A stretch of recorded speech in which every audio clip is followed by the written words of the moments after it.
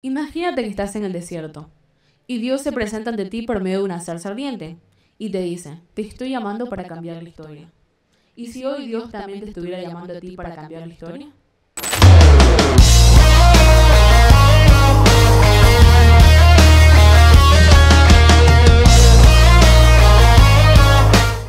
¡Hola, chicos! Sean bienvenidos una vez más a un resumen de Escuela Sabática. Estamos muy contentos de estar una vez más con ustedes. Efectivamente, comenzando un nuevo trimestre. Ya el tercer trimestre, ¿verdad? Claro. Estamos cerca de que se acabe el año. Pero aún así, acabando el año, que es bonito el poder disfrutarlo con ustedes, chicos. Así es. Exactamente. Y con los que nos están escuchando también. Así es, y tenemos pues una lección súper interesante que la verdad me ha dejado pensando mucho y también pues me ha recuestionado también cuál es mi misión en este mundo. No sé, ¿qué piensan ustedes? Es que también entra bastante en ese aspecto. Si nos vamos a dar cuenta, vamos a hablar durante todo este trimestre de una historia, más que nada de un libro bastante conocido, de una palabra que dichamente se ha hecho popularizado en lo que es el tiempo actual por todo lo que van de un lado a otro, y aún así lo escudriñamos y seguimos aprendiendo cosas nuevas. Muy bien. Antes de indagar en esta lección tan interesante, ¿les parece si hacemos una oración? Por Así es, supuesto. primero hay que llamar ¿Puedo al... yo? ¿A quién le enseño ¿Ya? todo? Bueno, muy bien. Miramos el rostro. Querido Dios, te agradecemos porque estamos una vez más aquí, Señor, haciendo un poco de tu obra, Señor, de lo que estoy seguro que quieres que hagamos. Que esto que vamos a decir, Señor, llegue a un montón de personas que lo necesitan. Dios, que seamos tu instrumento, Señor, y podamos ayudar a muchas personas que tal vez están perdidas, Señor. Te agradecemos por todo, en nombre de Jesús. Amén. Amén. Amén. Gracias para más poderosa. Amén. Muy bien, empezamos con una parte muy interesante, que es la esclavitud del pueblo de Israel. Es algo muy curioso, creo yo. Sí, Porque se formulan muchas preguntas, ¿no? En el tema de la esclavitud. Porque ¿cómo es que un pueblo tan grande, porque se dice que el pueblo de Israel era un pueblo gigante, ¿no? Efectivamente. Dios le prometió a Abraham una descendencia como las estrellas, como la arena. Del mar. Ajá, como la arena del mar. Entonces, ¿cómo una nación tan grande como el pueblo de Israel se deja esclavizar? Bueno, y de hecho hay un contexto bastante grande se histórico. desarrolla bastante bien en esta lección. Eso es lo chévere. Más que nada, indagando un poquito de lo de los egipcios, porque ahí es donde nosotros vamos a lo que es el libro de Éxodo, que eso es lo que es el tema del trimestre, así, y viendo más a profundidad lo que es el tema de la semana en lo que es crecimiento, una bendición y una maldición en sí. ¿Es en verdad como lo plantea el libro? ¿Es en verdad ese crecimiento una bendición y una maldición? ¿O es dependiendo de cómo lo veamos? ¿Son las dos cosas? ¿Es una cosa y lo vemos de otra manera? ¿Cómo es? Claro, porque durante la historia del pueblo de Israel y cuando Moisés lo saca de la esclavitud y todo eso, es como que se ve muchas contrapartes, como que primero el pueblo está muy feliz por haber salido de la esclavitud y luego se enoja porque no tienen fe, porque son muy incrédulos. Y entonces es como que siempre están ahí tambaleando y no saben si es una bendición haber salido de la esclavitud o una maldición porque ahora están en la deriva y como que la esclavitud de alguna forma los guiaba y sabían qué hacer, ¿no? Tenían como que una rutina ya establecida. Entonces yo creo que se habían acostumbrado a eso y una vez que ya eran libres, como que eso que ellos tenían, esa rutina se había perdido por completo. Creo que muchas personas ya habían nacido en la esclavitud y era lo que conocían durante toda su vida, lo que habían visto toda su vida y que ya era algo muy normalizado para ellos, ¿no? Para las personas que ya habían nacido en ese ambiente. Entonces yo creo que ser y experimentar por primera vez la libertad era algo completamente no distinto para ellos, tanto que no sabían qué hacer, ¿no? Y también creo que nos podemos identificar bastante con este tema, porque no sé si a ustedes les ha pasado que se han acostumbrado a un lugar, sea pues a su rutina, sea al colegio, a la universidad, etcétera, y cuando les toca de hacer algo nuevo es como un poco de miedo, ¿no? Porque no sabes lo que te depara. Pero, y por ejemplo, digamos, más pasa cuando algo no te gusta. Tú dices, no me gusta hacer esto, pero tampoco tienes la fuerza o la valentía de dejar o salir de tu zona de confort. Creo que eso le De hecho, pasaba a Israel en ese momento. Si nos damos cuenta, eso pasa cuando llega a Egipto y cuando salen de Egipto. Porque cuando llegan a Egipto entran también como extranjeros, en sí como extranjeros, porque era una forma distinta, un dialecto distinto, diferentes tipos de escrituras. Es más, si me permites, hablando del vocabulario, en un dato de color, es que según la pbs.org en Egypt's Golden Imperium, las palabras egipcias antiguas generalmente eran, pero no siempre, compuestas de signos de sonido y signos de significado. Siempre que era posible, los escribían así, lo que les gustaban agrupar los signos para formar bonitas formas cuadradas. Respondiendo netamente a todo esto, es que los egipcios en sí no solo le tenían un aprecio a lo fonético, sino también a lo estético. Y por ende, eran reacios a distintas formas de alguna otra cultura que entre a ellos. Y es interesante porque imagínate que el pueblo, Exacto. el pueblo de Israel, pues, ¿no? La persona de Israel, el padre de los 12 hijos, ellos eran nómadas, ¿ya? Ellos tenían su dialecto, su idioma, en los que no necesitaban, pues, como que escribir lo que necesitaban, porque todas sus tradiciones eran orales. Todas las cosas que ellos decían eran orales de generación en generación. Ahora imagínate ir a un país en donde ahora todo lo... Su cultura es netamente dejar ahí. Plasmado. Exactamente. Ahora tienes que aprender no solamente un idioma, sino también escribirlo. Súper complejo, me parece. Si solamente aprender inglés nomás y escribir es difícil. Recordemos que todo esto comenzó sucediendo. Nos acordamos de José, ¿verdad? Efectivamente. Claro. José ayudó bastante en la sequía que hubo y en la hambruna que estaba pasando. Los 7 años de Entonces, abundancia y los 7 ajá. años de sequía, se puede decir. Exactamente. Las vacas Entonces, flacas. Las vacas flacas de escasez. Entonces, José soluciona todo esto, se gana como que un lugar importante en el reino y ahí viene toda su familia. Y ahí es como que se establecen, se comienzan a establecer en Egipto. Pero al principio, el faraón le había dicho a José que su familia iba a tener todo y que no le iba a faltar nada. ¿Cómo esto va cambiando con el paso de los tiempos, ¿no? Hasta el punto que los descendientes de José se convierten en esclavos, ¿no? Sí, también es porque el mismo hecho de que dijiste sobre el crecimiento exponencial, se puede decir exponencial también, de que hubieron en lo que son los israelitas. En otras palabras, ellos sí sabían multiplicarse. Claro. Sí, porque, bueno, después del liderazgo de José, por así decirlo, ya él muere, los israelitas quedan en una zona que solamente era para ellos. En el Éxodo, al comienzo, dice que los israelitas se multiplicaban mucho, ¿no? Bastante, ¿no? Podemos decir como conejos. Entonces, lo que pasó... Entonces, Lo que pasó aquí fue que el faraón tuvo miedo, porque Tuvo se comenzaron miedo, a multiplicar exacto. tanto, entonces dice la Biblia, dice el folleto, que el faraón tuvo miedo como que se unieran con el enemigo. ajá, con sus enemigos y los derrotaran y se fueran. No, y es que, aunque parezca mentira, lo del faraón en sí, el creer que era una rebelión era una idea completamente válida, más que nada también por el mismo hecho de la cultura. Si me permiten también, esto también pueden tomarlo como otro dato de color, es que según en Historia National Geographic, en lo que son la publicación de los extranjeros en el Antiguo Egipto, dice que para los egipcios, Egipto era mejor que los demás países, tenían una cultura más avanzada y sus dioses también superaban a los de los panteones extranjeros. De hecho, de los 4 pueblos que según los egipcios existían en la tierra, los nubios, los libios y los asiáticos, el egipcio era el principal sin lugar a dudas. Todos los demás debían ser vencidos y sometidos por él. Ese era el pensamiento de dicha cultura,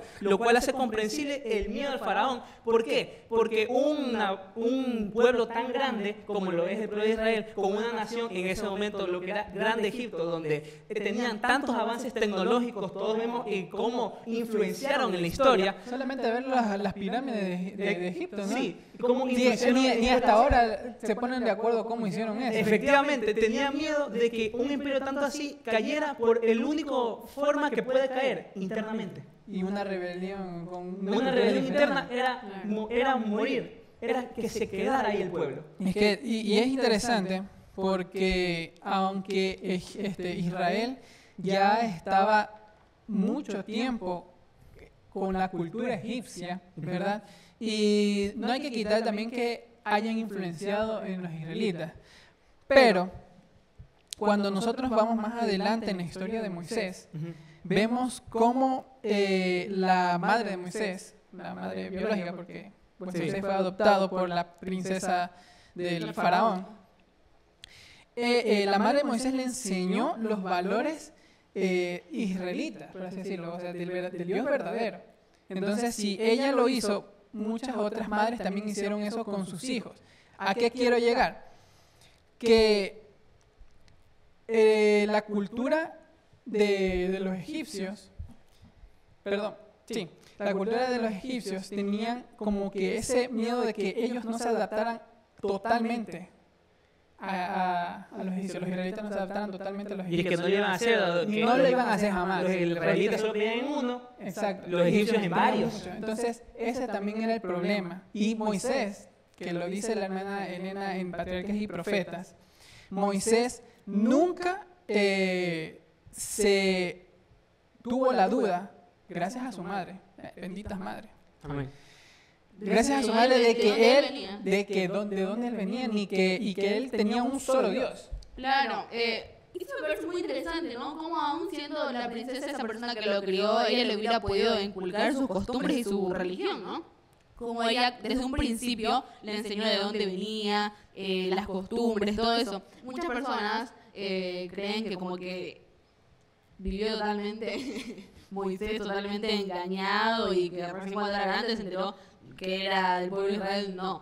No fue así en realidad. Entonces, esto de que el pueblo de Israel crecía tanto, se volvió algo tan incontrolable que el faraón, bueno, muy aparte de eso, ¿no? Yo me imagino como que esta esclavitud habrá sido como que, me imagino que pudo haber sido como que algo de poco a poco. Como que primero los contrataron, les dieron paga y después ya no. Y después al final terminaron siendo totalmente esclavizados, ¿no? Sí, y eso se menciona mucho, lo menciona en el libro de Patriarcas y Profetas, que los israelitas eran personas inteligentes. Pongámosles así en la época actual. Médicos, ingenieros, abogados, o sea, tenían conocimientos así muy buenos. Buen ejemplo. Entonces, ¿qué pasaba? Eso también temía el faraón. Eran personas muy preparadas.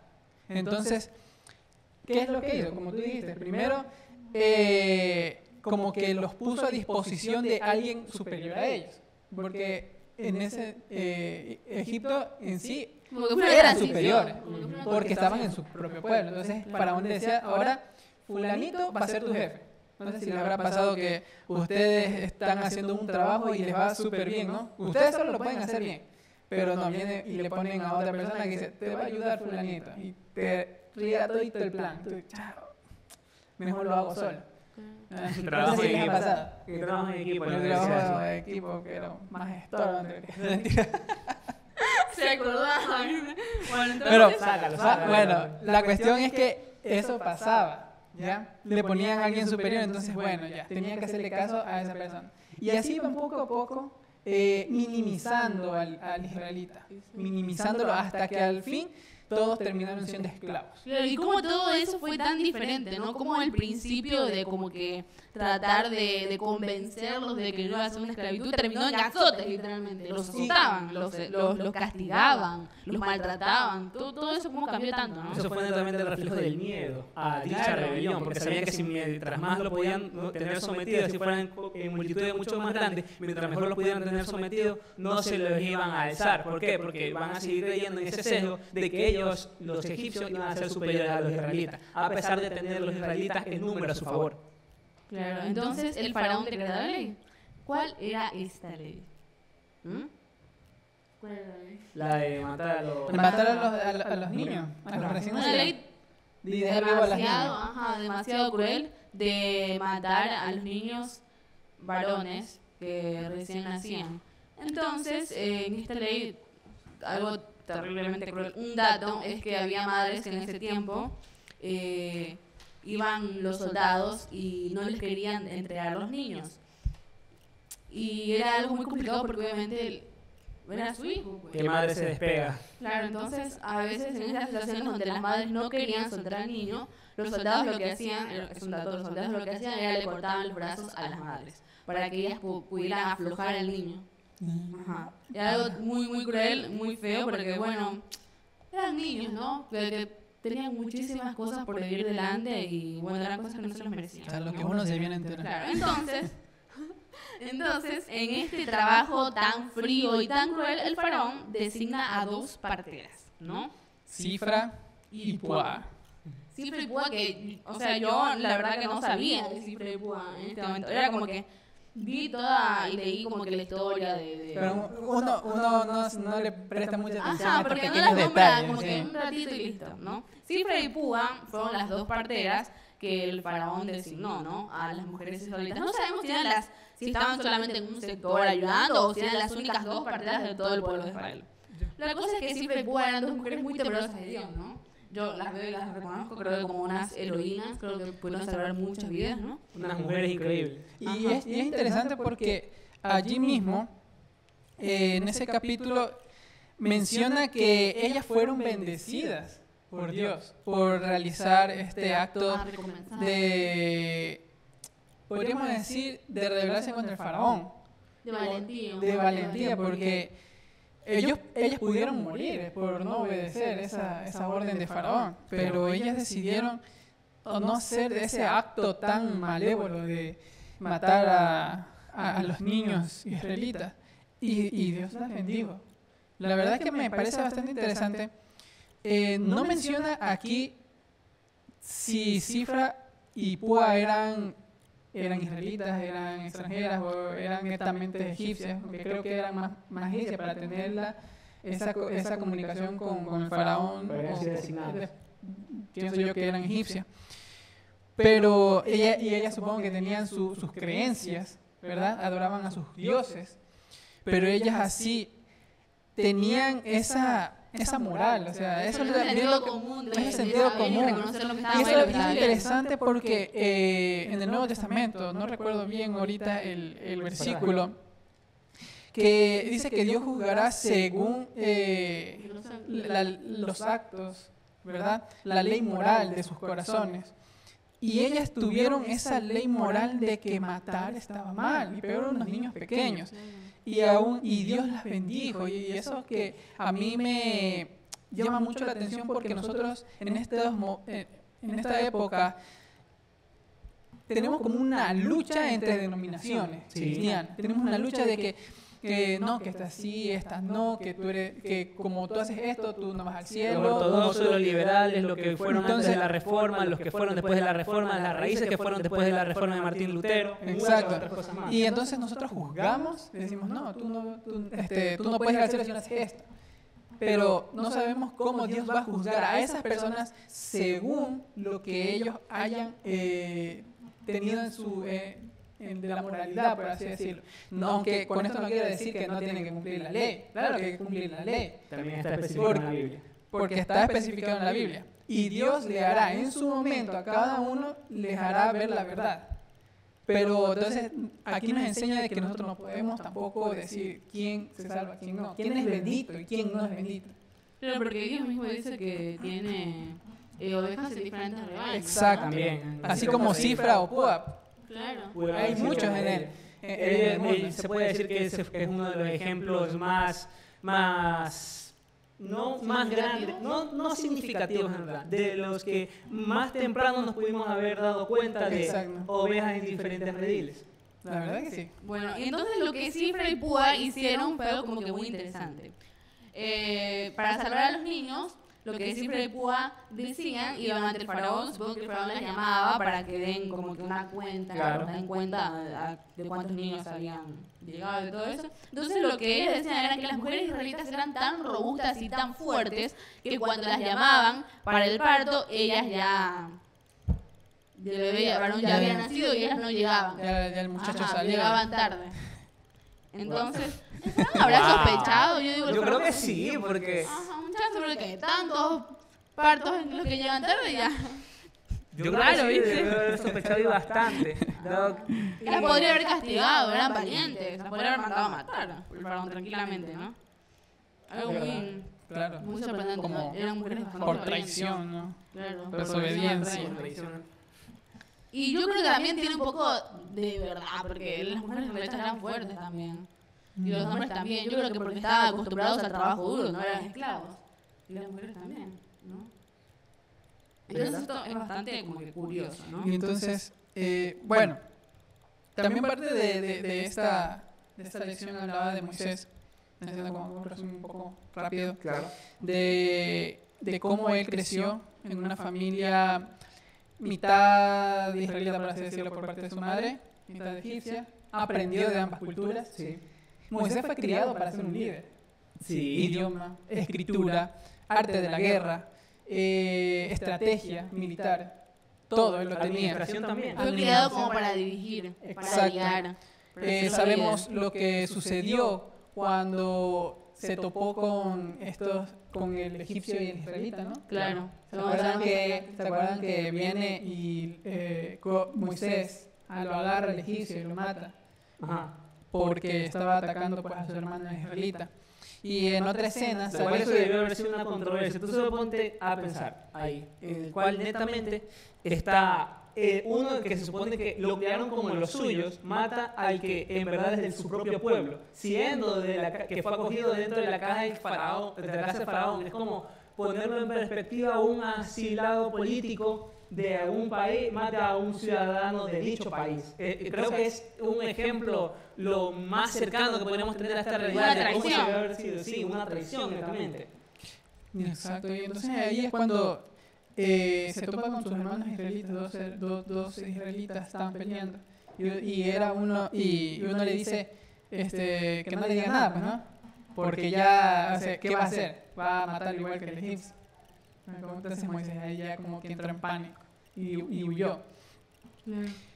Y entonces es como que algo muy, muy fuerte porque todo esto fue algo que tuvo que vivir Moisés. Para Moisés también debió haber sido muy difícil, ¿no? Yo creo que muchas veces se sintió tentado a como que quedarse con los egipcios y listo. No solamente eso, sino que posiblemente incluso debe haber tenido un tipo de crisis de identidad en saber a cuál pertenecía, a qué vamos a servir. Y ahí también tenemos otro de los ejemplos en el cual dice de que amarás a uno y aborrecerás a otro amo.